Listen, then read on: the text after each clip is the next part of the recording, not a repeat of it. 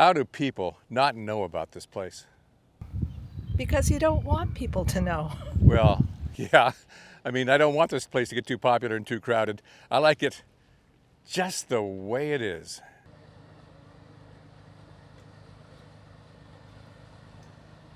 It's a drinking town with a fishing problem. Really good brew pub right over there. This is Eastport, Maine. Over there, Canada. That's right, we're on the border between the US and Canada, right here. Something weird happens in this channel in late summer. Come along, I'll show you what I mean. Boats on both sides of the border can cross the border all they want, not have to clear customs, so long as they don't land. And if so, well, Coast Guard's right there. But that's not the weird part. This is Gull Island in Homer, Alaska. This is a nesting colony near Seward, Alaska. Is there anything like this in eastern North America? Yes, Gull Island, Newfoundland. Bonaventure Island, Quebec. Even Machias Seal Island, just off the coast of Maine and New Brunswick. It's about 28 miles that way. But when birds are done nesting, where do they go? This is Head Harbor Passage, the channel between the US and Canada. Most of it is Canadian waters. A lot of birds come here. And that's where we're going on board Eastport Charter with Captain Kinney Corthell. You want us to pass you, Cam? Yeah, that's probably smarter. Also coming along for the ride, a film crew from Maine Public Television and my lovely wife, Sandy. We're heading out at daylight, which today is dead low tide.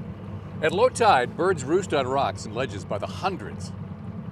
Often it's a good place to spot a rare bird in the crowd because they're just sitting there in front of you. Eastport Charter is just a great way to get out here because Captain Kinney will go anywhere you want, whenever you want. And with a maximum of 6 passengers, you're never crowded. Harbor seals and these gray seals will hang out with the birds. When a boat comes up, they mostly just sit and stare back. Some will go into the water a little nervously, but usually they swim up for a little closer look out of curiosity. There's so much food in this channel, they're really just fattening up and sleeping it off.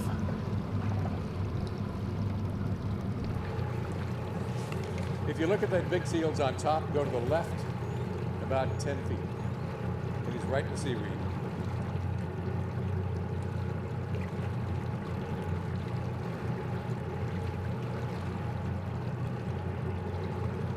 So predator and prey are very used to each other. When the eagle is just sitting there, the gulls just settle right down even nearby. But the moment one of these eagles takes off,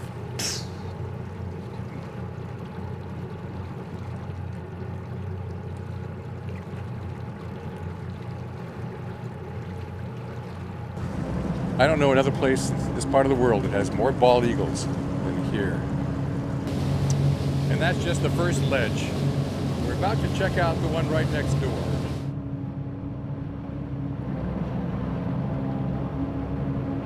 Black guillemots, related to puffins.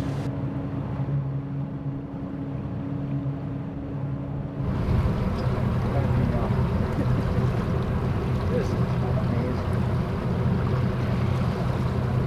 are all gray seals.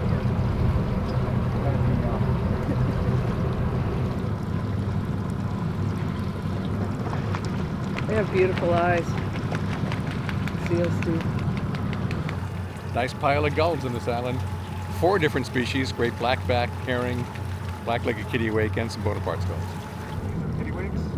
Black-legged kittiwakes, yeah.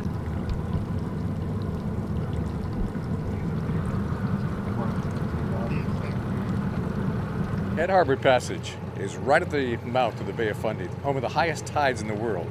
And all those tides flushing through here stir up food for the sea life. Whales, and porpoises, and seals, and birds all know it. Minke whales can go right up to the harbor in Eastport. Humpback, finback whales, they'll come in here too, but mostly they stay out with the deeper water near the lighthouse at the end of the island. Come for the whales, stay for the birds. It's a banquet table out here.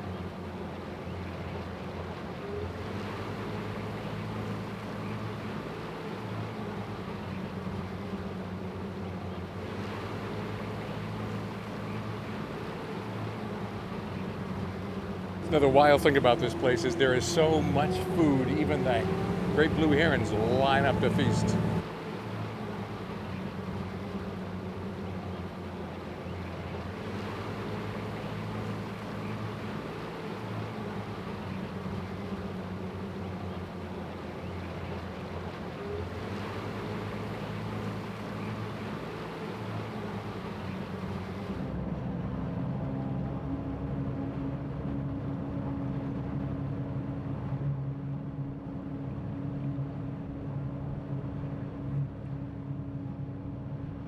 You know, there are other parts of North America that think they have a lot of eagles.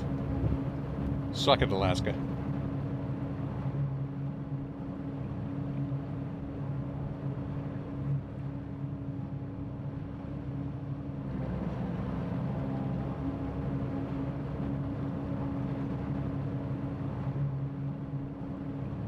I've done this channel a lot over the years. In fact, for a couple of years, I took a 9-foot inflatable with a 6-horsepower engine right out here into the turbulent surf.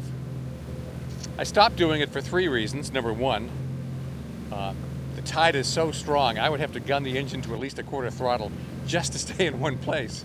It's a small boat to be out in a big ocean. Number two, I always wondered if this minke whale could see me if it decides to surface for air right under me. Number three, the number of seals kept growing in this area, and all those seals attracted sharks. And I began to wonder, can a shark tell the difference between the gray tubes in my boat and a gray seal from underneath? And I decided, no more. We're gonna need a smaller boat, said no one ever. Down, he's between those. So this area is so good for whales, and we're looking for a minke whale right now, that at least 2 boats come out of Eastport, this one with Kinney, the peer pressure over there with Butch, and then there's one that comes out of Lubec, one that comes out of Campobello, and at least 5 come over from St. Andrews in New Brunswick. In fact, I was out with Eastport Windjammers last year when this finback whale turned up. And a minke named Slice comes in every year. This was him last year.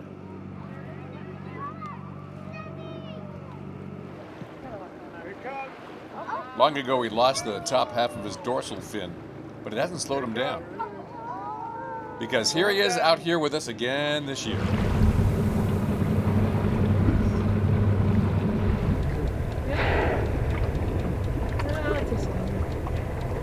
Tide is moving a little better now, so there's a little more feeding activity going on. The porpoises have started to get lively.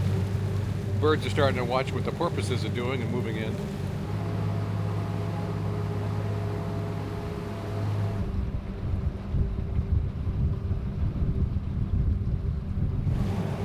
Compared to dolphins, porpoises are boring.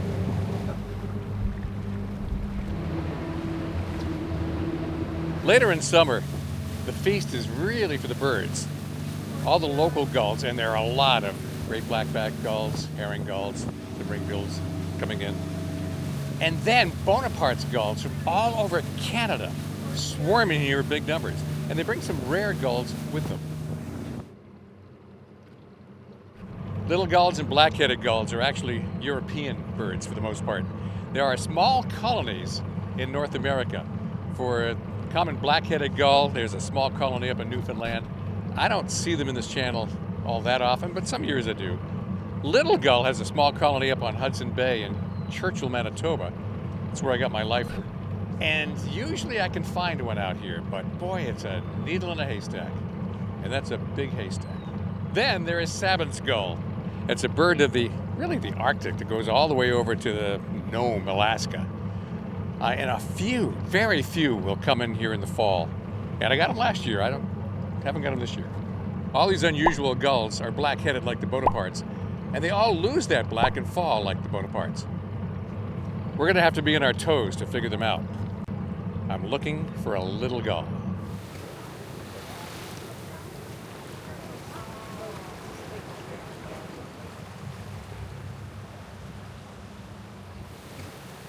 The Old Sow.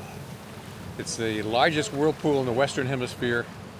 Some say it's the second largest in the world. Other people argue with that. Screw them.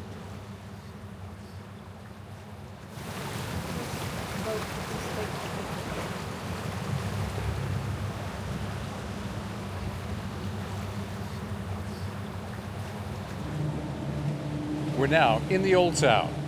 Hang on.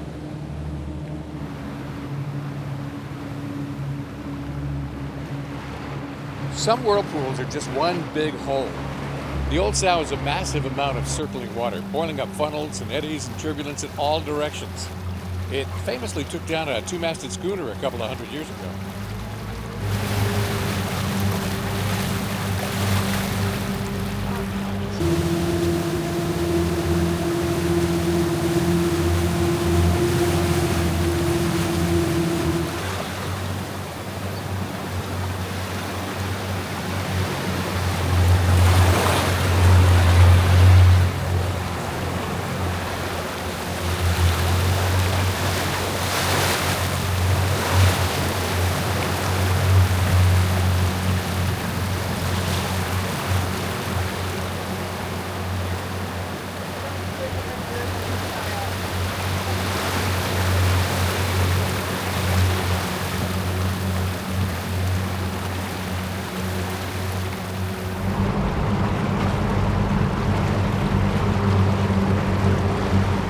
Razorbills nest about 38 miles away, along with Atlantic puffins and common murres.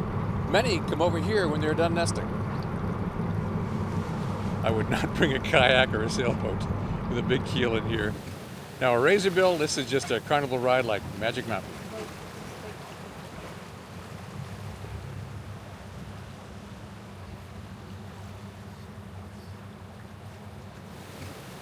Oh, crap. There was a little gull flying fast the other way. Missed it.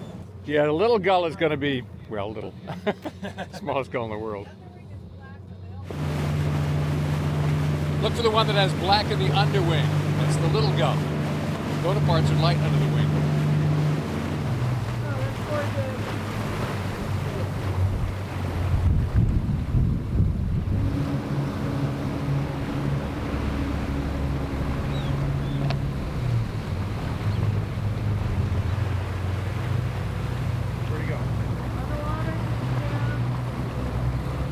That is my best little gull ever. Where'd he go?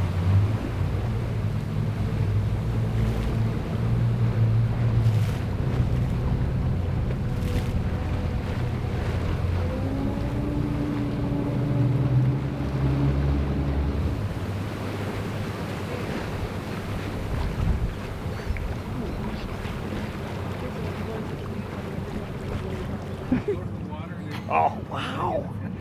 Jeez. Wow. My best little gull ever. My lifer was on Hudson Bay, Churchill, Manitoba, to give you some idea. These are not easy to see. This is such a good trip, Kenny. I wonder if anybody will find out about it. Yeah, what are you looking at?